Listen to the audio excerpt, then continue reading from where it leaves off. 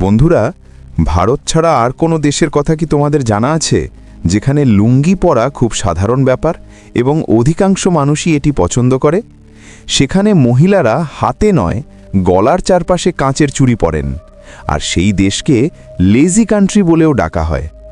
সেখানে সোনায় ভরা একটি প্যাগোডা আছে। বিশ্বের তৃতীয় সবচেয়ে উঁচু বুদ্ধমূর্তিও সেখানেই রয়েছে। বন্ধুরা, আজ আমরা মিয়ানমার সম্পর্কে কথা বলবো। এটি দক্ষিণ পূর্ব এশিয়ার পশ্চিম অংশে ভারতের পাশেই অবস্থিত একটি দেশ। তাই সময় নষ্ট না করে এই দেশটাকে একটু কাছ থেকে জেনে নেওয়া যাক। কিন্তু ভিডিও শুরু করার আগে আমাদের চ্যানেল যদি ইতিমধ্যে সাবস্ক্রাইব করে থাকো, তাহলে তোমাদের সাপোর্টের জন্য একটা লাইক করলেই হবে। আর যারা এখনও নতুন এসেছো, চ্যানেলটি সাবস্ক্রাইব করে নাও, বেল আইকনটিও প্রেস করো। মিয়ানমারের অফিসিয়াল নাম Republic of the union of Myanmar, তবে একে গোল্ডেন প্যাগোডার দেশ বলেও ডাকা হয়। প্রাচীনকালে এর নাম ছিল বর্মা, ব্রহ্মা, ব্রহ্মদেশ, অর্থাৎ মিয়ানমার অনেক নামে পরিচিত ছিল। এই দেশ দক্ষিণ পূর্ব এশিয়ায় অবস্থিত। উত্তরে চীন, পশ্চিমে ভারত, বাংলাদেশ এবং হিন্দু মহাসাগর। দক্ষিণ ও পূর্বে থাইল্যান্ড ও লাওস। মিয়ানমারে কোকো দ্বীপপুঞ্জ এবং মেরগুই দ্বীপপুঞ্জ নামে দুটি প্রধান দ্বীপগোষ্ঠী রয়েছে। এই দেশের মোট আয়তন 6,76,578 বর্গ কিলোমিটার। এখানকার মোট জনসংখ্যা 5,48,00,000-এরও বেশি। মিয়ানমারে মহিলাদের সংখ্যা পুরুষদের চেয়ে বেশি। মোট জনসংখ্যার 49.8% পুরুষ এবং 50.2% মহিলা। এই দেশকে যুবক দেশ বলা যায়, কারণ এখানে গড় বয়স মাত্র 30 বছর। এখানে 68% মানুষ গ্রামে বাস করেন, মাত্র 32% শহরে থাকেন। মিয়ানমারের মানুষের ওপর বৌদ্ধ ধর্মের খুব শক্তিশালী প্রভাব রয়েছে। বৌদ্ধ ধর্ম ভারতের ছোট ছোট গলি থেকে সারা বিশ্বে ছড়িয়ে পড়েছে, কিন্তু মিয়ানমারে 90% মানুষ এটি অনুসরণ করেন। বিশেষ কথা হলো, এখানে গৌতম বুদ্ধকে দেবতা হিসেবে নয়, গুরু হিসেবে দেখা হয়। তার গল্প সবাইকে অনুপ্রাণিত করে। তবে খ্রিস্ট ধর্ম, ইসলাম, হিন্দু ধর্ম এবং ছোট ছোট অন্যান্য ধর্মও এখানে আছে। মিয়ানমারের সংস্কৃতি খুব সমৃদ্ধ। এখানে 135টিরও বেশি জাতিগোষ্ঠী রয়েছে। এদের মধ্যে বামার জাতি সবচেয়ে বড়। এই জাতি থেকেই বর্মী ভাষার উৎপত্তি। এখন এটি দেশের অফিসিয়াল ভাষা।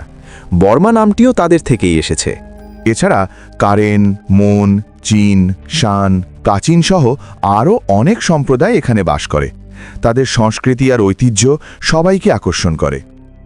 মিয়ানমারে এপ্রিল মাসে নতুন বছরকে স্বাগত জানানো হয়। সেদিনকে ওয়াটার ফেস্টিভ্যাল হিসেবে উদযাপন করা হয়। এই উৎসবে অংশ নিতে বাইরে থেকেও অনেকে আসেন। 1824 সালে ব্রিটিশরা মিয়ানমার দখল করে। 1948 সালের 4 জানুয়ারি ব্রিটিশ শাসন থেকে পূর্ণ স্বাধীনতা লাভ করে।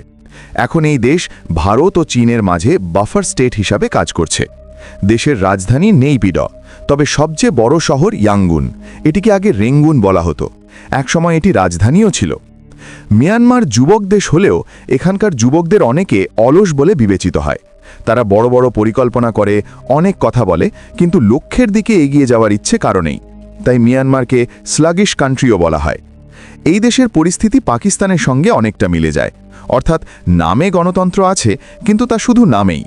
2021 সালে সেনাবাহিনী প্রেসিডেন্ট উইন মিন্ট এবং নেত্রী অং স্যান সুচিকে গ্রেপ্তার করে পুরো নিয়ন্ত্রণ নিয়ে নেয়। এটি প্রথমবার নয়, স্বাধীনতার পর থেকে এমন ঘটনা অনেকবার ঘটেছে। এই দেশে গৃহযুদ্ধ, সহিংসতা, দাঙ্গা, রক্তপাতের অনেক অধ্যায় আছে। মানুষ প্রায় দেশের নাম নিয়ে বিভ্রান্ত হয়। কখনো বর্মা বলে, কখনো মিয়ানমার বলে। আসলে ব্রিটিশ শাসনকাল পর্যন্ত একে বর্মা বলা হতো, কিন্তু ব্রিটিশরা চলে যাওয়ার পর দেশের শাসকরা সেই নাম প্রত্যাখ্যান করেন। তাই 1989 সালে বর্মা নামটি স্থায়ীভাবে বদলে মিয়ানমার করা হয়। মিয়ানমারের সবচেয়ে কঠিন কাজ হলো গাড়ি চালানো। মানুষের ড্রাইভিং দক্ষতা খারাপ নয়, কিন্তু সরকারের বদলানো নিয়মের কারণে অনেক সমস্যা হয়। আগে এখানে বাম দিকে ড্রাইভিং ছিল, কিন্তু 1970 সালে হঠাৎ ডান দিকে ড্রাইভিংয়ে পরিবর্তন করা হয়। বাম দিকের গাড়ি সব নিষিদ্ধ করে দেওয়া হয়। এর ফলে এখনও মানুষ অনেক কষ্ট পাচ্ছে। এই দেশের আয়ের প্রধান উৎস কৃষি, বন এবং মৎস্যশিল্প। 40% মানুষ কৃষিতেই আছেন। বিনস, তিল, চীনাবাদাম, ডাল ইত্যাদি উৎপাদিত হয়। মাছ ও তেল রপ্তানিকারক দেশগুলোর মধ্যে এটি অন্যতম। প্রাকৃতিক গ্যাস ও খনিজ সম্পদ এশিয়ার দেশগুলোতে বিক্রি করা হয়। মিয়ানমার প্রধানত থাইল্যান্ড ও চীনে মাছ রপ্তানি করে। চাল প্রধানত ইন্দোনেশিয়া ও চীন নেয়, তবে সবচেয়ে বড় রপ্তানি পণ্য হল প্রাকৃতিক গ্যাস। সব মিলিয়ে দেশের জন্য ভালো আয় আসে, কিন্তু দুর্ভাগ্যবশত অভ্যন্তরীণ দুর্নীতির পোকা দেশকে এগোতে দিচ্ছে না। দুর্নীতিগ্রস্ত কর্মকর্তারা নিজেদের পকেট ভর্তি করায় মিয়ানমার এখনও তেমন এগোতে পারেনি। তবে ধর্ম ও বিশ্বাসের ক্ষেত্রে মিয়ানমার খুবই সমৃদ্ধ দেশ। তোমাদের অবাক করে দেওয়া একটি বিষয় হলো, এখানে শিশুর নামকরণ অনুষ্ঠান জন্মের 7 দিন পর হয়। গর্ভবতী নারীরা বোপ্পড়ি ও লঙ্কা খেতে পারবেন না এমন পূর্ণ নিষেধাজ্ঞা আছে। বোপ্পড়ি খেলে বাচ্চা অতিরিক্ত বড় হয়ে যাবে, আর লঙ্কা খেলে চুল গজাবে না এমন বিশ্বাস রয়েছে। তাই গর্ভাবস্থায় এ দুটো সম্পূর্ণ এড়িয়ে চলতে হয়।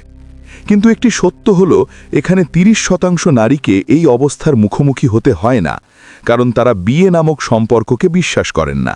তাই 20 থেকে 30% নারী কখনোই বিয়ে করেন না। পুরুষদের অবস্থাও একই, তারাও বিয়ের থেকে দূরে থাকতে চান। মিয়ানমারের নারীদের গালে 24 ঘন্টা একটি বিশেষ ক্রিম লাগানো থাকে।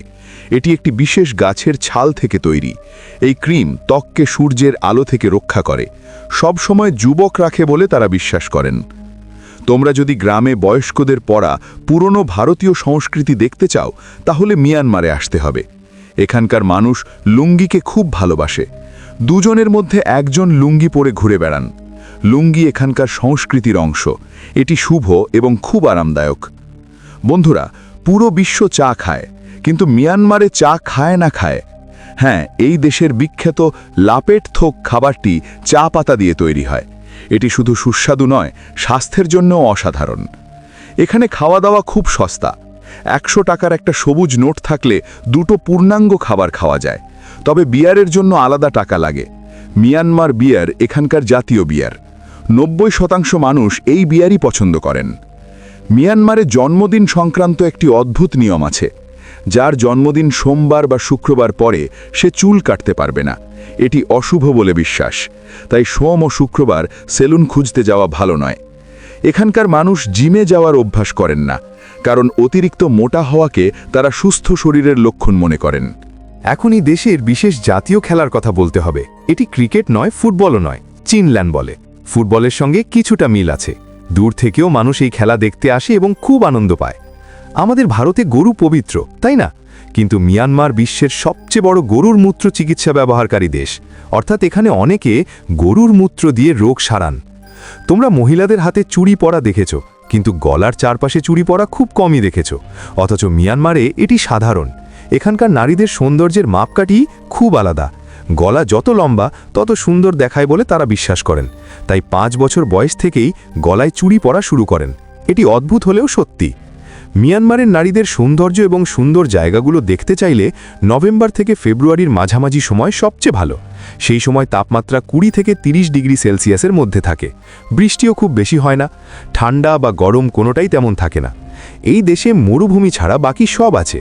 পাহাড়, নদী, জলপ্রপাত, মন্দির, মঠ, শুধু মরুভূমি নেই। প্রথমে ইয়াঙ্গুন, রেঙ্গুন যাওয়া যায়। সেখানে সুলে প্যাগোডা, শোয়েডাগন প্যাগোডার মতো বিখ্যাত মন্দির আছে। শোয়েডাগন প্যাগোডাকে গোল্ডেন প্যাগোডাও বলা হয়। এটি পুরোপুরি সোনায় মোড়া।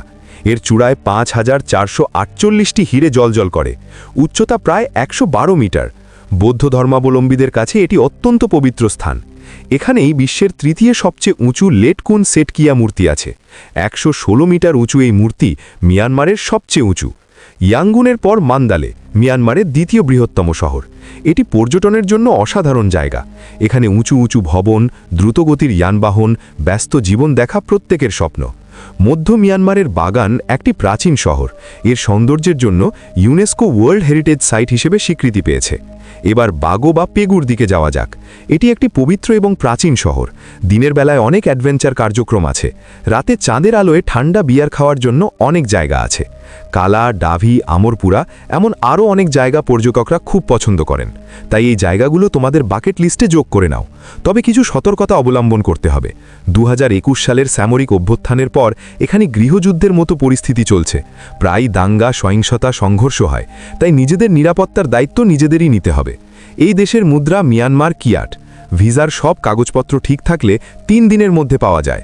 7 থেকে 8 দিনের ভ্রমণে কমপক্ষে 50 থেকে 60,000 টাকা খরচ হবে। তাহলে মিয়ানমারে কবে যাচ্ছ কমেন্টে জানাও। এই ভিডিও তোমাদের ভালো লাগলে লাইক করো, শেয়ার করো, চ্যানেল সাবস্ক্রাইব করে বেল আইকন চাপো। ধন্যবাদ বন্ধুরা, দেখার জন্য ধন্যবাদ।